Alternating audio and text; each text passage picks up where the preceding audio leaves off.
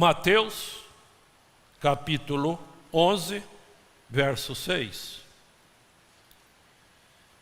Bem-aventurado é aquele que não se escandalizar em mim. Nosso Pai Celestial, nós estamos aqui diante desta multidão presente aqui, para os quais eu estou olhando, e mais uma outra multidão que eu não os vejo, mas o Senhor os vê, e o Senhor sabe as necessidades de cada um dos que aqui estão e daqueles que estão lá do outro lado, e também daqueles que vão ouvir a palavra que será pregada nesta manhã, no nome de Jesus, o teu Filho bendito. Amém.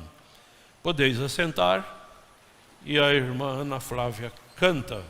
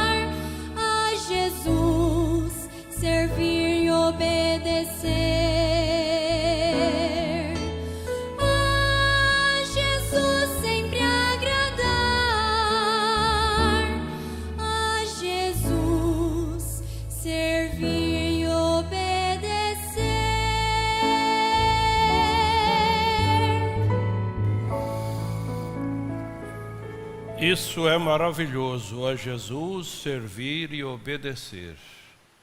Corrigindo, a irmã Martemes preparou esta mensagem em 2020 e não 2000, conforme eu disse. Eu não queria falar 2000, eu queria falar 2020. E o profeta diz: me julgue pelo que eu quis dizer e não pelo que eu disse. E também quero lembrar aos irmãos que essa série Corpus, sem dúvida alguma, foi a coroa do ministério do pastor Joaquim Gonçalves.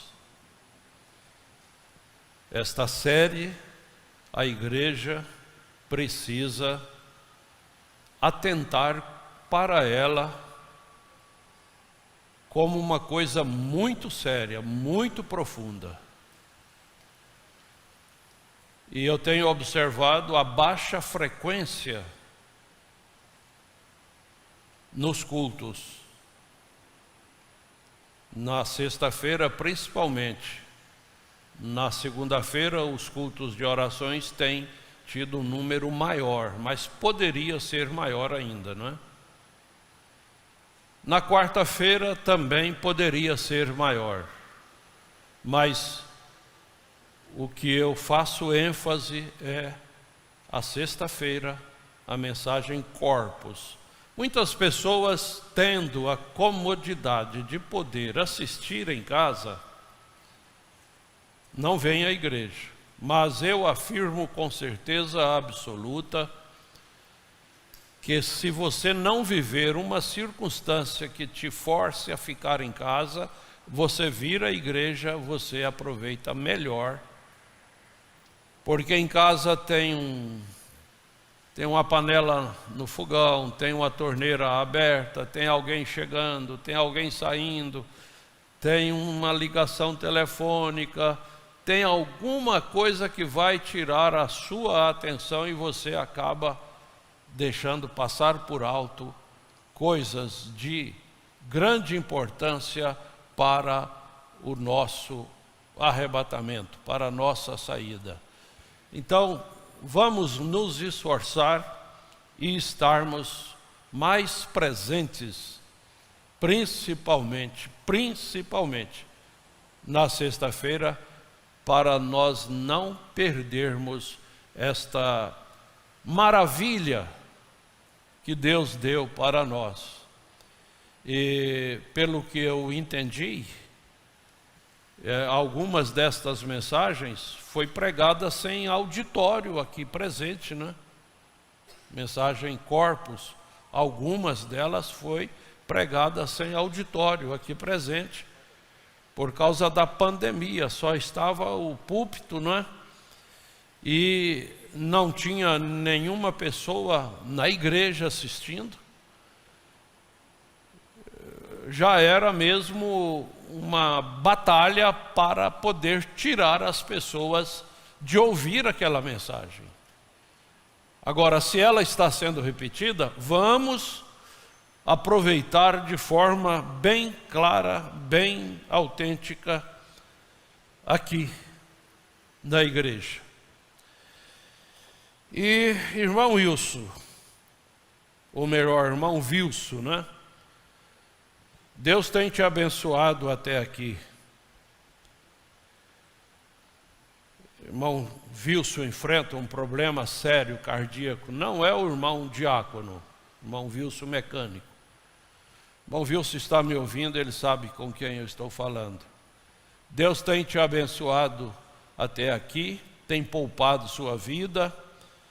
E o mais importante da sua vida é você estar na comunhão, participando dos cultos, a maioria dos cultos, e de alguma forma Deus tem te abençoado e vai continuar te abençoando.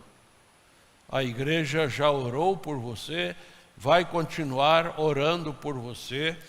Ele precisa de uma cirurgia, mas os médicos não dão, os cardiologistas não autorizam a cirurgia.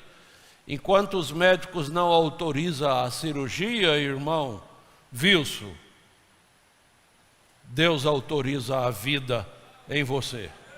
É assim que nós cremos. Amém. Aleluia. Muito bem, irmãos, nós vamos ao nosso assunto. Bem-aventurado é aquele que em mim não escandalizar. Quando Jesus saiu da terra, ele deixou uma multidão imensa de pessoas escandalizadas. Apesar de que na vida, no ministério dele, não houve nenhuma falha em relação às promessas que a Bíblia havia feito através do Velho Testamento acerca dele. Nenhuma falha. Agora, uma coisa que eu gosto de observar é que, em função de ter passado mais de 700 anos que Isaías havia profetizado, foi um motivo pelo qual, quando eles chegaram, ou melhor, quando ele chegou, a igreja, o povo daquele tempo,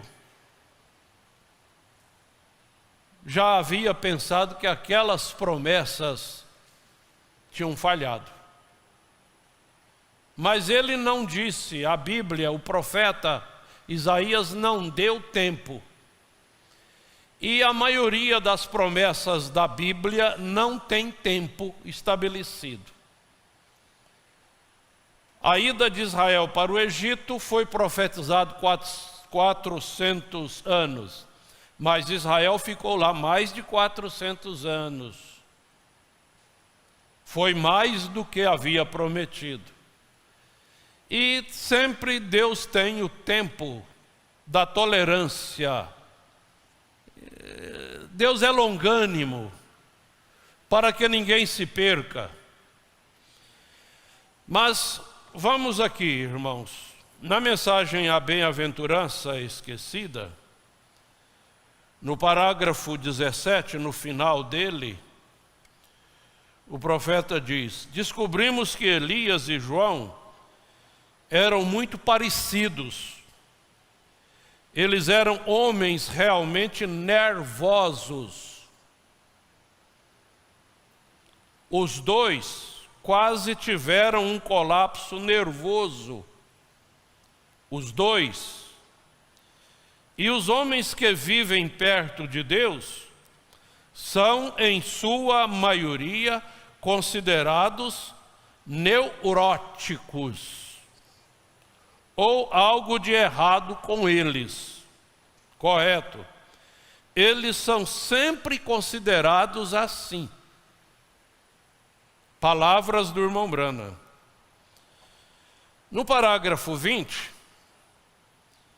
ele diz: eu penso em Jonas, o profeta, Deus o inspirando, e aquela grande águia para o ar daquele dia, Deus o inspirou assim, até que ele desceu até lá e ficou deitado no ventre de uma baleia por 3 dias e 3 noites.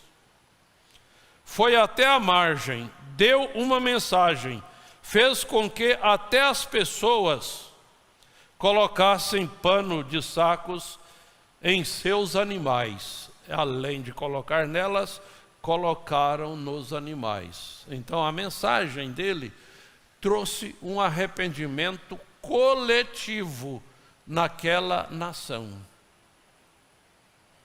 ao ponto dos homens colocarem até os animais na mesma reverência que eles estavam, por causa da mensagem que aquele profeta havia anunciado. Para ganharmos tempo, eu quero resumir.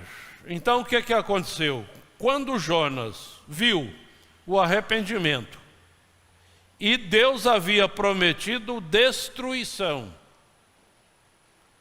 e Jonas não viu a destruição, Jonas se revoltou. Olha o nervosismo, olha a situação, olha o escândalo. Jonas se revoltou, saiu e desejou morrer, porque ele se sentiu como que mentiroso. Mas Deus é misericordioso para com o povo e também para com ele, e para conosco, para que esse exemplo ficasse para nós. Ele foi e deitou ali num lugar, querendo morrer, e dormiu. E quando ele acordou, Deus havia feito crescer uma aboboreira sobre ele, fazendo uma sombra para que o sol não o molestasse. Olha o quanto Deus é bom. Olha o quanto Deus já fez por você. Olha o quanto Deus está fazendo por você. Ele não parou. É porque às vezes nós não observamos. Ele acordou. Que beleza, né? Que casa boa que Deus me deu, né? Que sombra maravilhosa foi esta. Mas ele dormiu outra vez. Estava muito bom ali. Quem sabe naquele momento ele já havia desistido até de morrer. E Deus enviou um inseto a entrar naquela aboboreira naquela noite. E no outro dia ela amanheceu sem vida. E quando o sol emitiu seus raios, em pouco tempo aquela aboboreira havia secado. A sombra havia acabado. Olha, às vezes a sombra, Deus tira ela. Às vezes a bonança sobre nossas vidas, às vezes Deus tira ela, para valorizarmos o que Ele havia feito. E aí então novamente o profeta começa a murmurar. Deus, o Senhor é injusto. O Senhor faz essa aboboreira nascer em uma noite, fazer essa sombra, na outra noite o Senhor mata ela. Deus deu um forte beliscão na consciência dele e disse assim: muito bem, não é? Você ficou triste porque eu não matei os ninivitas, não é? Você ficou desgostoso e quis a morte porque eu não matei a nação. Agora, porque eu matei essa aboboreira, você está triste? Meu Deus, eu creio que daquele momento em diante, o profeta não foi o mesmo. Ele foi outro, porque ele viu que uma aboboreira para ele tinha muito valor, e uma nação para Deus. E um povo como aquele para Deus, e o arrependimento daquele povo para com Deus, não tinha valor? Nós vamos agora pensar num outro personagem. Nós vamos pensar, Deus é tão gentil para com seu servo, o alimenta e o encoraja debaixo do pé de zimbro. Este é Elias. Desgostoso, porque no ministério, irmãos, tem momentos de festa, mas tem momentos de lágrimas. Irmão Branham viveu o momento que ele pensou que o suicídio era a solução para ele. Pegou na arma, puxou o dedo, a arma alencou, ele jogou a arma no chão, num tom de revolta, a arma disparou. Ele pegou no fio de alta tensão, orando ele pegou no fio de alta tensão.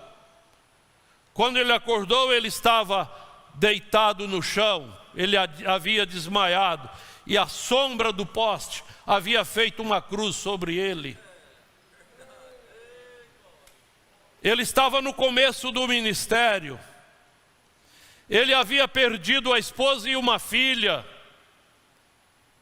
havia perdido o pai, havia perdido alguns outros familiares.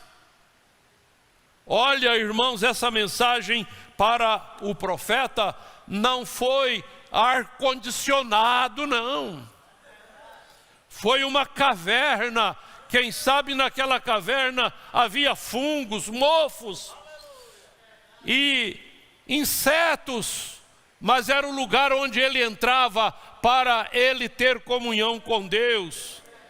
Foi ali onde ele estava quando ele viu o que era os dons espirituais, que os dons espirituais não têm nenhum sentido para o aperfeiçoamento. Ele viu que a chuva cai sobre o trigo e o joio, os dons caem sobre toda a carne, mas a revelação cai só sobre o eleito. A mensagem real só sobre o eleito. Mas, irmãos, ele parou ali, deitou debaixo daquele pé de zimbro, desejou a morte. Quando ele acordou, havia comida para ele, havia água para ele, e Deus falou para ele: olha, vamos, porque tem uma jornada para você. Ele sai dali e entra na caverna.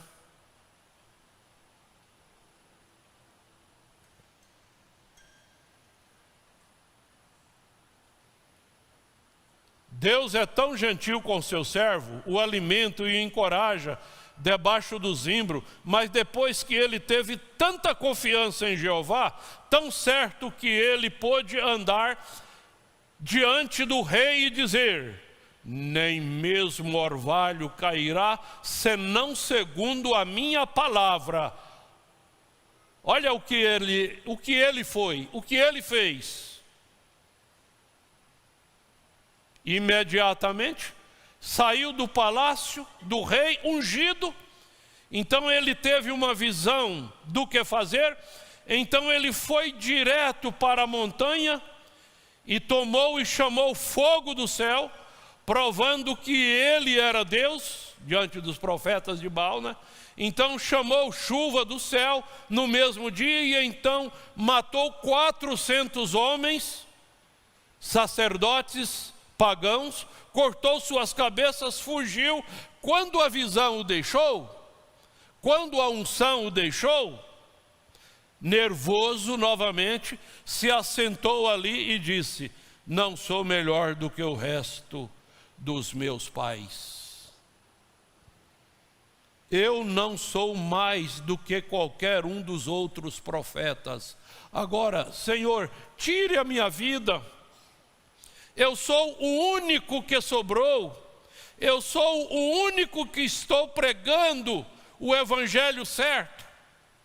Então tire minha vida, deixe-me ir. Todos eles ficam agitados.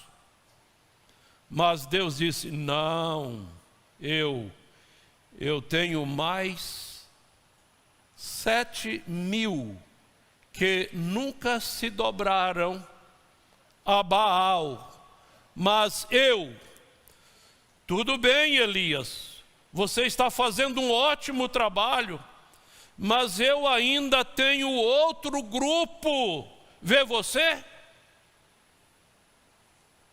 Que você ainda não sabe. Irmãos, eu estou com esta mensagem nas minhas mãos. Já tentei pregar ela em junho, em julho, em agosto. E não consegui. Tentei estudar ela no encontro com os pastores, não consegui. Mas eu creio que agora chegou a hora da igreja ouvir o que eu queria dizer. Preste atenção e não entendam mal. Deus começou uma obra no Brasil. Antes que a mensagem do irmão Brana fosse divulgada, a mensagem do irmão Brana estava quieta, parada, não havia caído na mão de um homem que tinha ministério e unção para tal. E Deus começou através de Joaquim Gonçalves. E Deus me deu a graça, o privilégio de estar ao lado dele a partir de 1968. E vários irmãos aqui também naquela mesma data, em 1968. Em 1969, em 1970, em 1971. Quando em um único batismo, ainda nos títulos, me parece que foi o penúltimo, se agregaram a esta igreja mais de 200 pessoas através do batismo. E a mensagem chegou na mão de Joaquim Gonçalves Silva em novembro ou outubro de 71. E a mensagem foi espalhada pelo Brasil e até para outros países. E agora,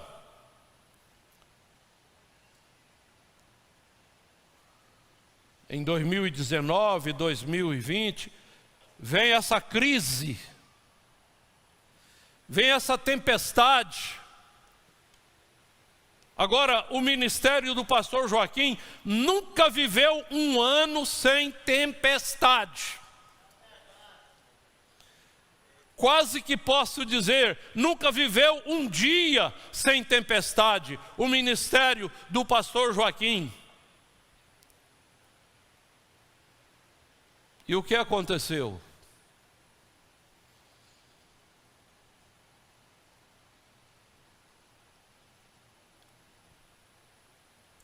A mensagem está escandalizada, eles falaram naquele tempo. A mensagem está fracassada.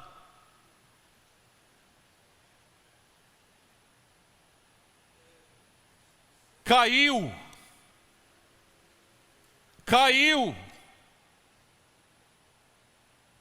Mas, irmãos, não caiu, não está fracassada. E muitos pastores começaram a dizer assim, eu não vou mais no encontro. Eu não vou mais no encontro, eu não vou mais participar do encontro.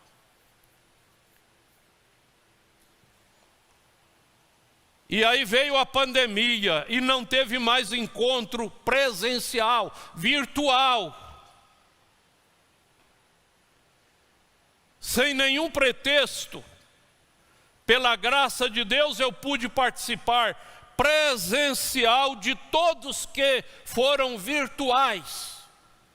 Estando aqui, ao lado do pastor Joaquim, crendo que Deus havia começado uma boa obra e que aperfeiçoaria esta obra, e que esta obra não seria desfeita, e que os eleitos não seriam enganados, que os eleitos não seriam confundidos.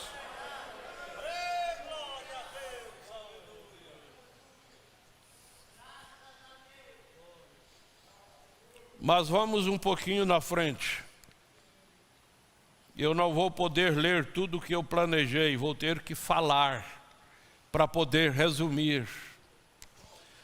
E eu quero que você que não conhece essa mensagem, a bem-aventurança, e não tem ela em mãos, ou você tem ela em casa e nunca leu, passe a ler esta mensagem detalhadamente, com calma. Se você não tem, passe na casa de literaturas e pegue uma para você, leia ela criteriosamente.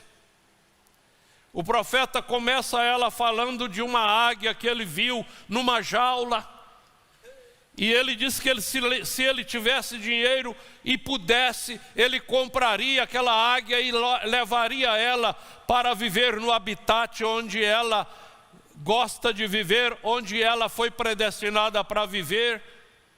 E aí ele começou a falar destas águias presas em gaiolas E ele terminou falando de João Batista. Irmãos, e João, a partir do parágrafo 30, ele começa a descrever sobre João. João, por causa da verdade, não por causa da mentira. João, por causa da palavra de Deus que ele havia pronunciado contra o adultério de uma mulher com o seu próprio cunhado, foi parar na cadeia. E quando ele estava na cadeia, ele lembrando dos dias passados do seu ministério, ele lembrava assim, o Espírito Santo havia me dito que sobre o qual eu visse o Espírito descer em forma de pomba, esse era o Cristo.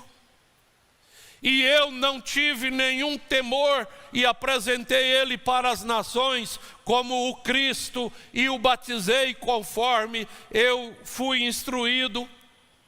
E ele começou o ministério e eu cria que ele teria a pá em sua mão para limpar, queimaria o pecado. Mas agora o que é que eu estou vendo? Eu estou vendo um homem manso e humilde. Estou vendo um homem manso e humilde. Parece que eu enganei, não é? Parece que Joaquim Gonçalves não era o homem escolhido por Deus para empunhar essa mensagem no Brasil. Eles profetizaram: a igreja de Goiânia vai esfacelar. Mas não, olha aqui a igreja lotada, irmãos. Olha a igreja lotada. A igreja não está vazia. Aleluia.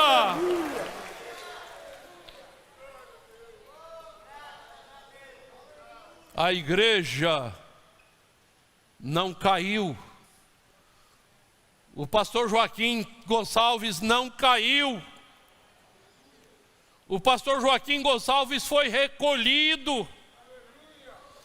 E ele foi recolhido de uma forma que ele desejava. Ele falava com as pessoas mais próximas dele: por favor, não deixem me velar. Eu não quero ser velado. Eu não quero ser velado.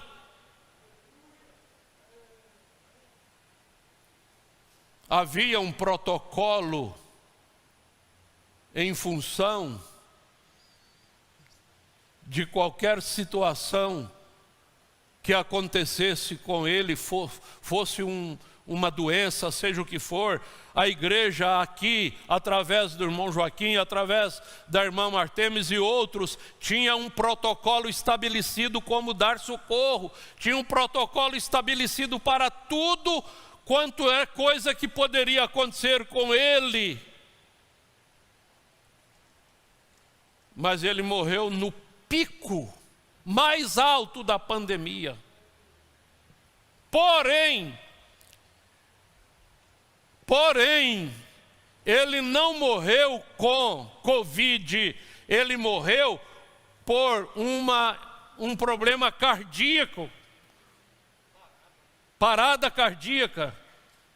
Não foi Covid, parada cardíaca. Os boletins informavam que as coisas estavam progredindo. E de repente uma parada cardíaca. E ele morre, falece. Deus recolhe, 2h da manhã. 3h da tarde ele estava sendo sepultado. Sem velório. Sem velório. Mas o ministério dele não foi sepultado com ele, não. O ministério do irmão Brana não foi sepultado com ele, não. Ou seja, com o irmão Brana, né? O ministério de Jesus não foi para o túmulo com Jesus.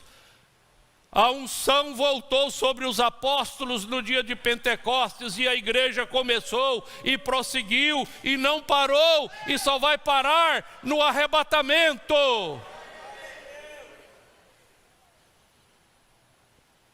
E um dia eu ouvi do pastor Joaquim, fiquei sozinho, me abandonaram.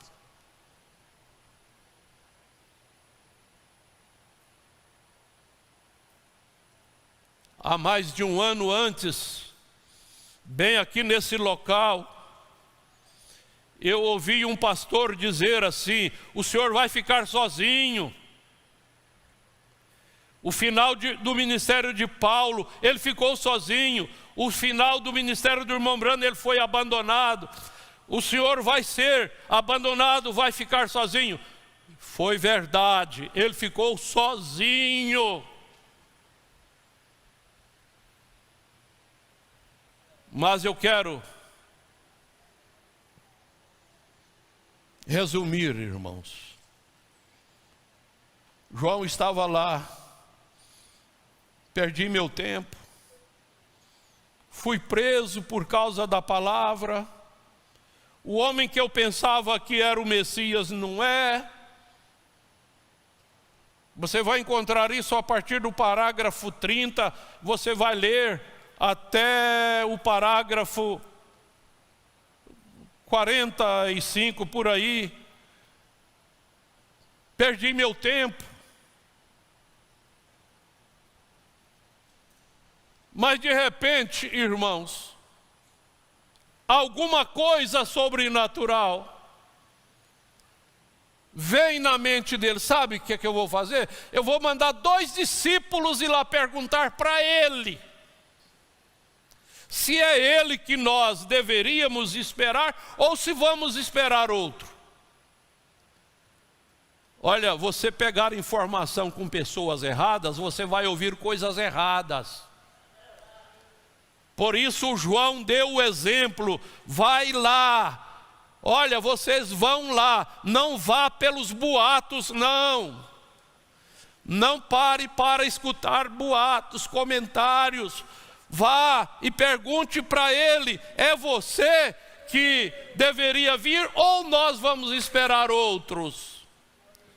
Oh, irmãos, é aqui que eu quero chegar. Pastores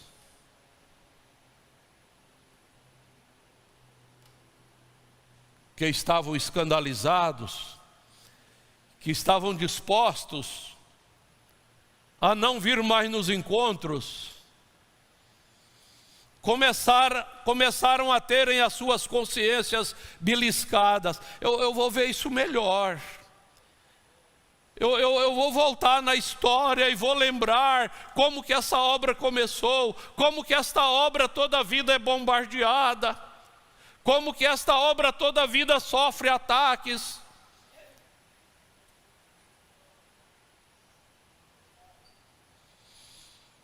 E sabe, nós tivemos o nosso primeiro encontro em dezembro. Muita expectativa, muita preocupação. A maioria pensaram que seria um fracasso. Notícias erradas. Pastores que deveriam virem de avião por causa da distância disseram: nós não vamos podermos ir de avião, nós vamos ter que ir de carro, porque estão dizendo aí que muitos serão barrados, não entrarão. Então nós vamos de carro, porque se nós não pudermos entrar, nós pegamos o carro e voltamos para trás imediatamente, porque não vamos poder entrar. Olha, irmãos, quanta notícia falsa!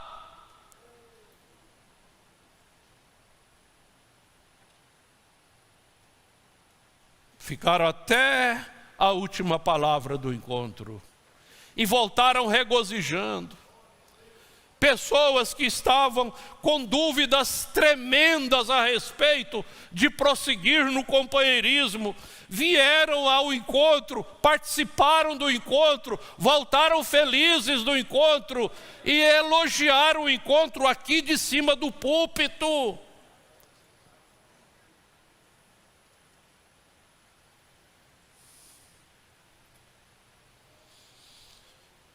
Quero voltar lá no começo da mensagem.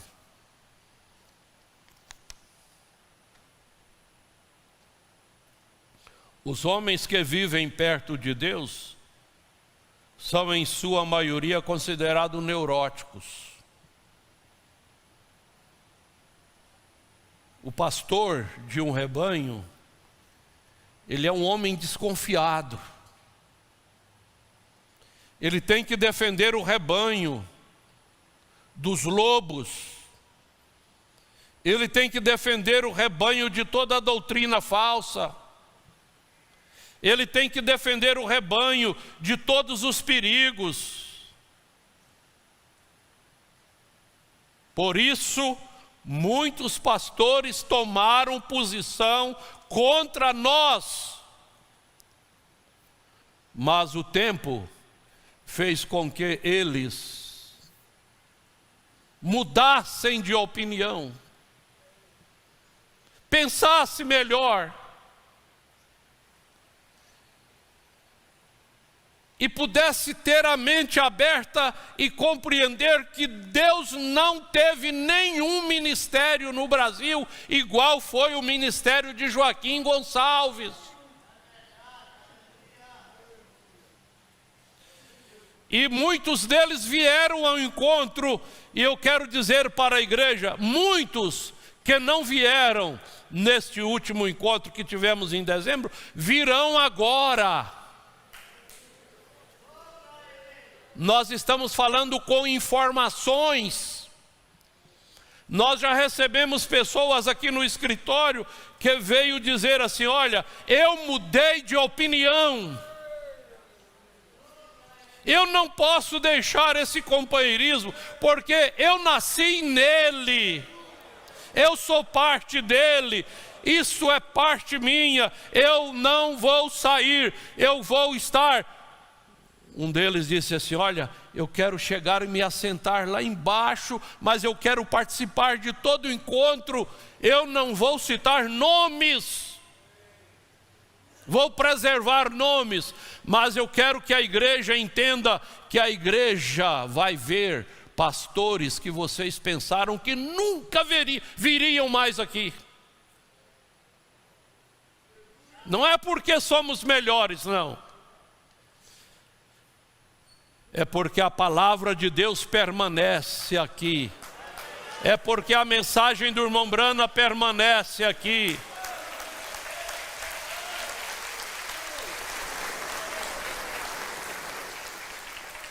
Eu, Jonas, me vejo tão indigno para estar nesse púlpito.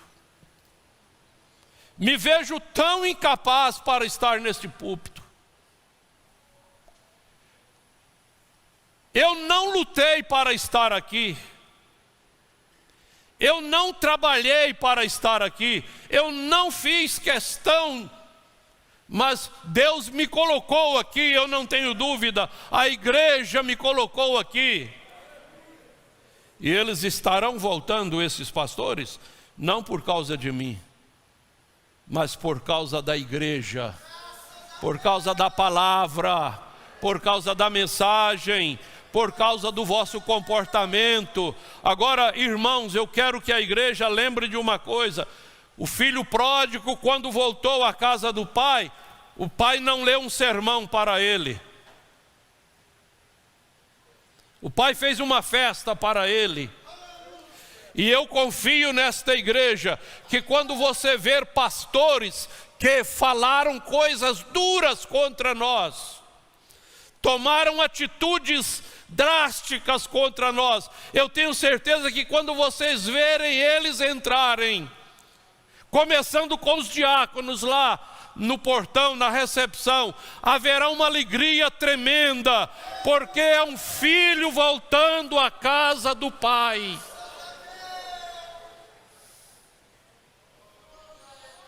Eu estou anunciando pela fé que nós teremos mais um encontro sobrenatural.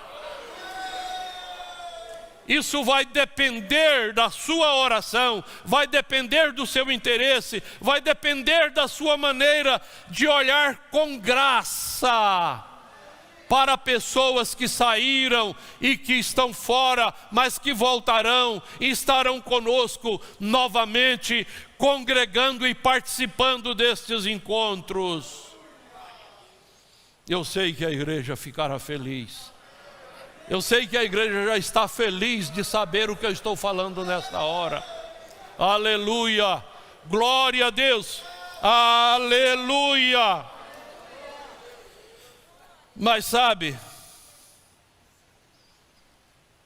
os discípulos chegaram lá. Quem sabe a dúvida de João passou para eles também, não é? Porque há uma tendência da confiança nossa passar para outras pessoas, mas a falta de confiança também passar para outras pessoas. Você sabe, um medroso põe todo mundo medroso.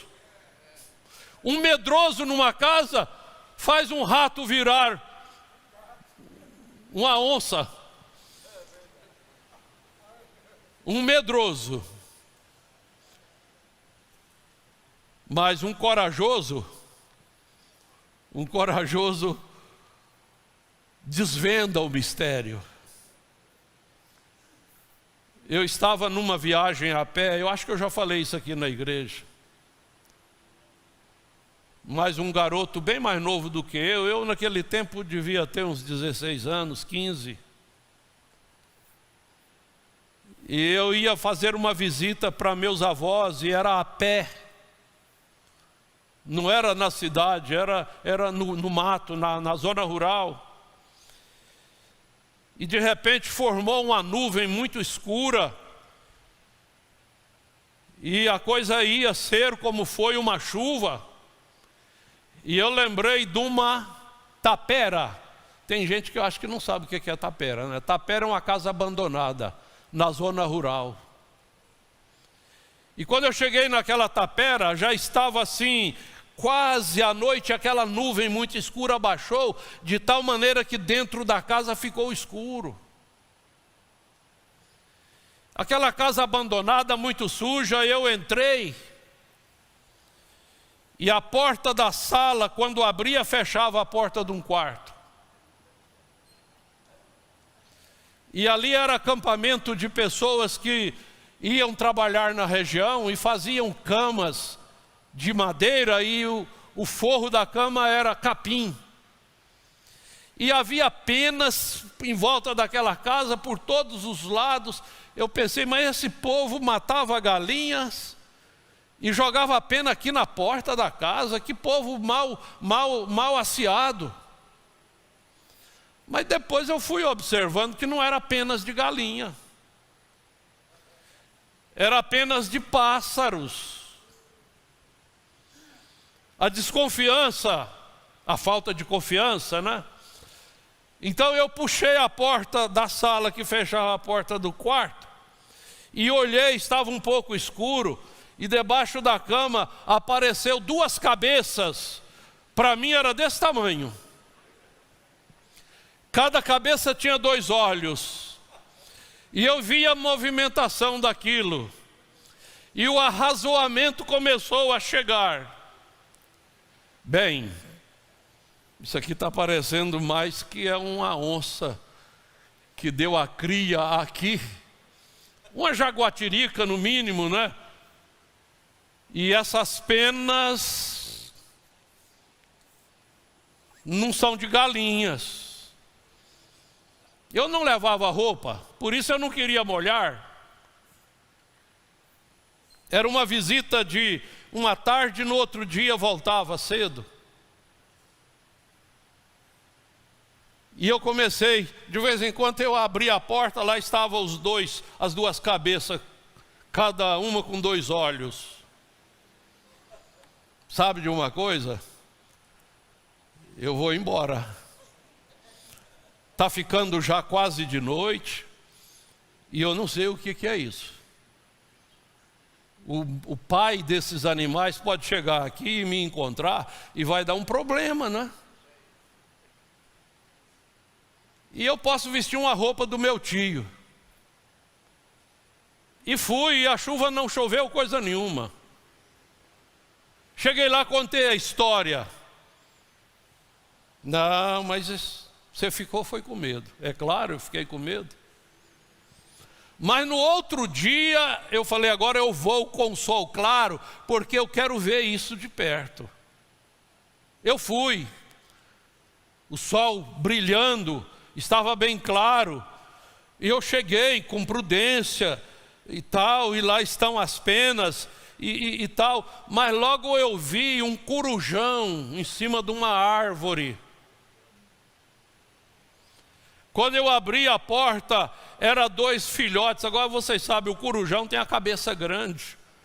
E parece que o filhote já nasce com a cabeça grande. E quando ele está ameaçado, ele arrepia as penas e se torna maior. E eram 2 filhotes de corujão. Eu me arrependo de ter matado eles. Não precisava ter matado eles. Era ir embora, já tinha passado, não era nada perigoso. Eu me arrependo de ter matado eles, sabe? Então é melhor não pegar qualquer informação. Você sabe me dizer sobre o fulano? Olha, não faça essa pergunta não. Você sabe me dizer sobre o pastor tal? Os obreiros são testemunhas que eu não vivo perguntando. Você sabe me dizer sobre o pastor tal, irmão tal, irmão... Uma coisa que eu pergunto muito é quando eu vejo a falta de uma pessoa na igreja. Será que está doente? Será que está precisando de uma visita? Será que é uma doença física? Ou será que é uma crise espiritual? Por exemplo, a irmã Leila, há muito tempo eu não vejo na igreja, mas no meio da semana eu pude falar com a filha dela. E perguntei, ela esteve na UTI. Eu não sabia.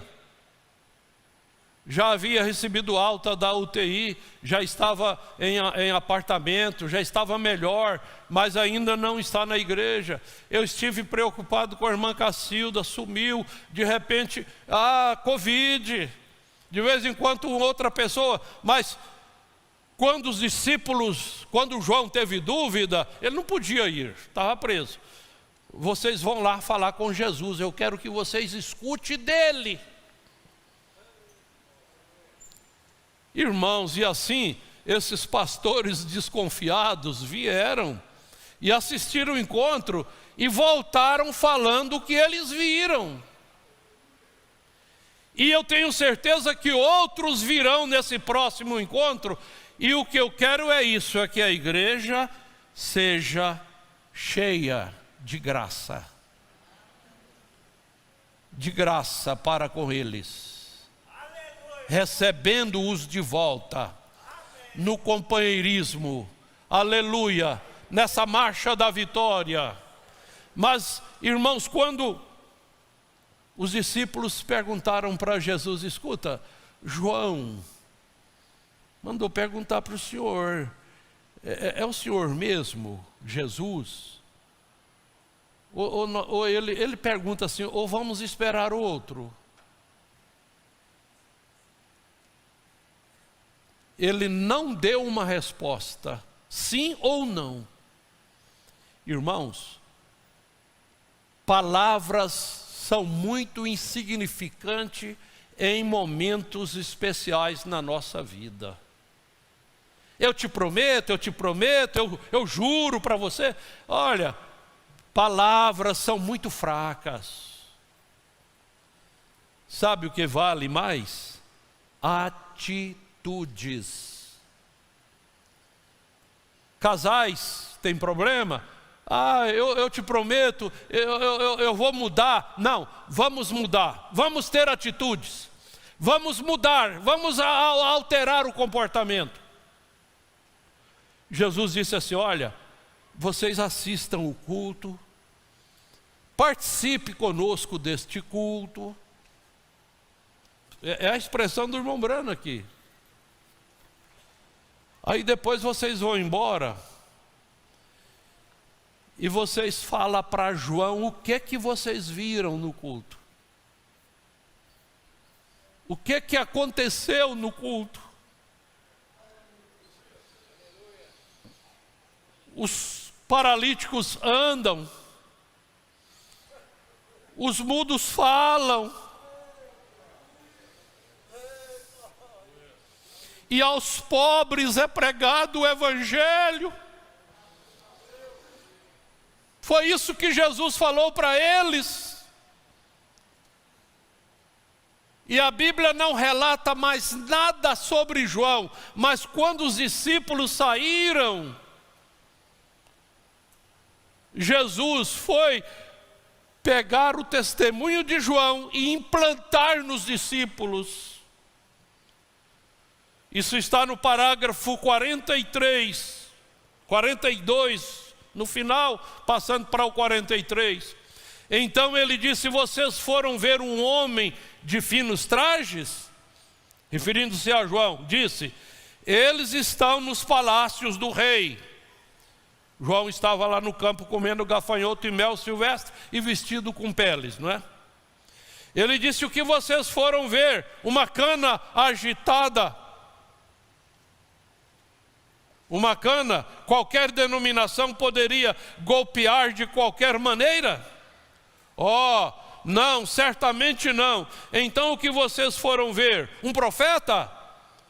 Disse: sim, vocês foram ver um profeta e um maior.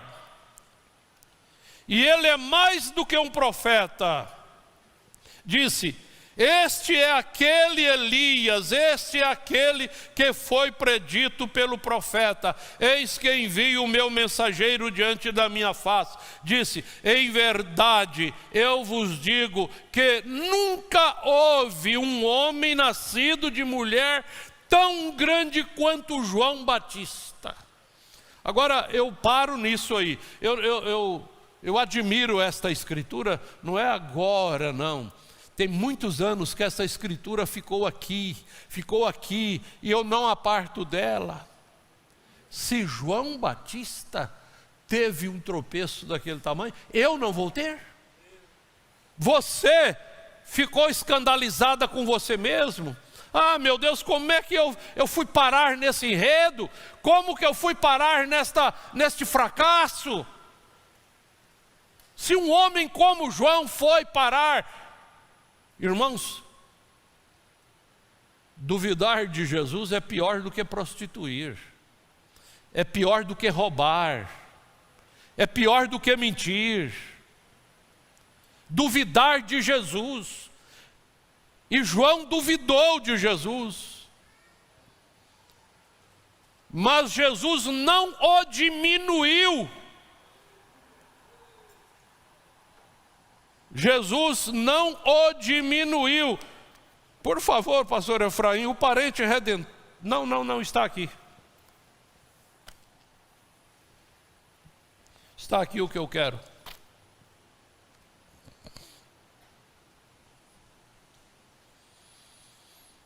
Ele nunca o condenou.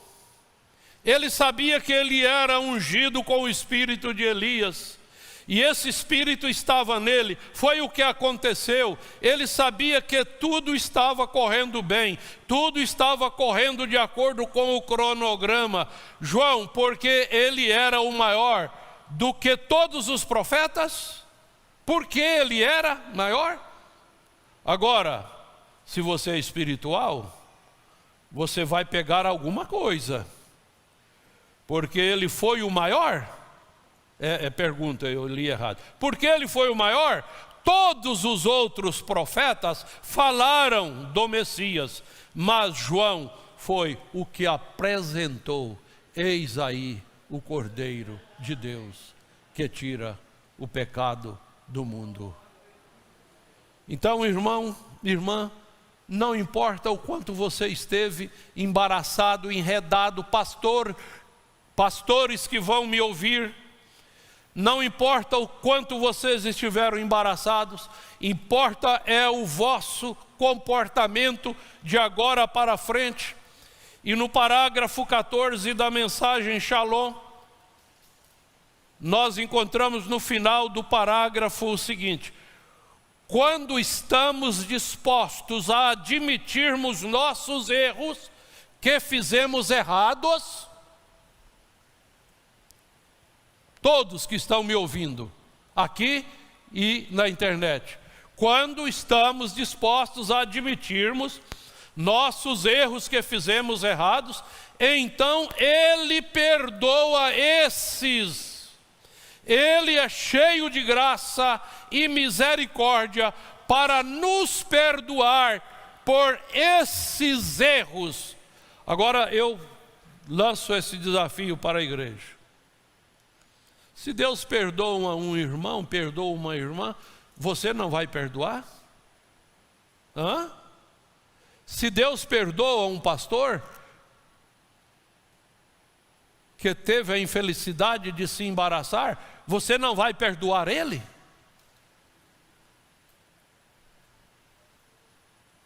Pai nosso que estais nos céus, santificado seja o teu nome. Venha a nós o teu reino, seja feita a tua vontade, assim na terra como no céu. O pão nosso de cada dia nos dá hoje. Perdoa-nos as nossas dívidas, assim como nós perdoamos aos nossos devedores.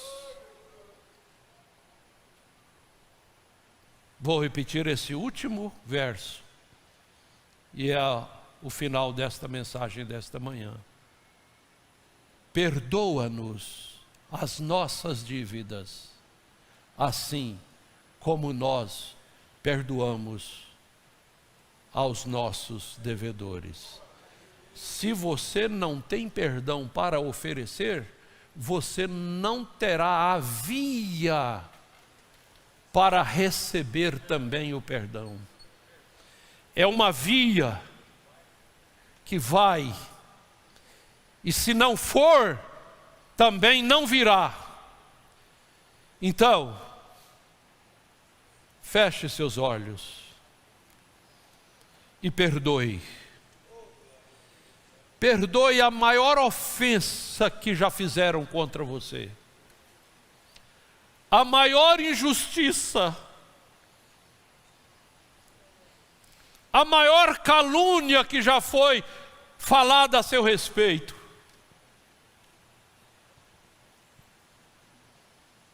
A maior calúnia, olha, a coisa que mais dói quando eu sou acusado de algo que eu fiz, é doído. Eu não queria ouvir isso, mas quando sou acusado de algo que não fiz, e que as pessoas olham para mim como se eu tivesse feito aquilo, dói. Mas nesta hora nós dizemos como Jesus: Pai, perdoa-lhes, porque não sabem o que fazem. Faça como pastor Joaquim Gonçalves disse aqui nesse púlpito: eu os perdoo. Aleluia. E se o pastor desta igreja disse eu os perdoo, esta igreja também tem a mesma virtude deste pastor para dizer eu os perdoo, nós os perdoamos, em nome do Senhor Jesus Cristo. Amém. Evangelho também, e você está aqui por uma boa causa, você não está doente, você está em necessidade e você quer um avivamento pentecostal para começar em sua igreja. Todos nós queremos isso. Vamos todos ficar de pé por um avivamento pentecostal. Deus Todo-Poderoso que criou os céus e a terra, eu peço que todos os poderes dos demônios deste recinto sejam quebrados.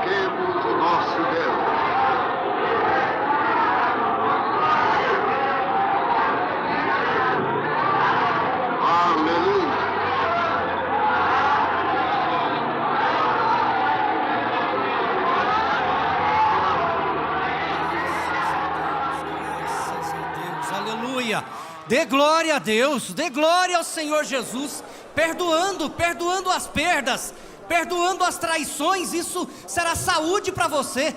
Receba o consolo do Espírito Santo. É a palavra de Deus voltando para cada um de nós, nos abençoando, nos curando, nos ajudando em tudo aquilo que nós precisamos. Graças a Deus. Que o Senhor recompense o pastor Jonas Pimentel. Abençoe a ele, sua família, seu ministério e a todo o povo de Deus.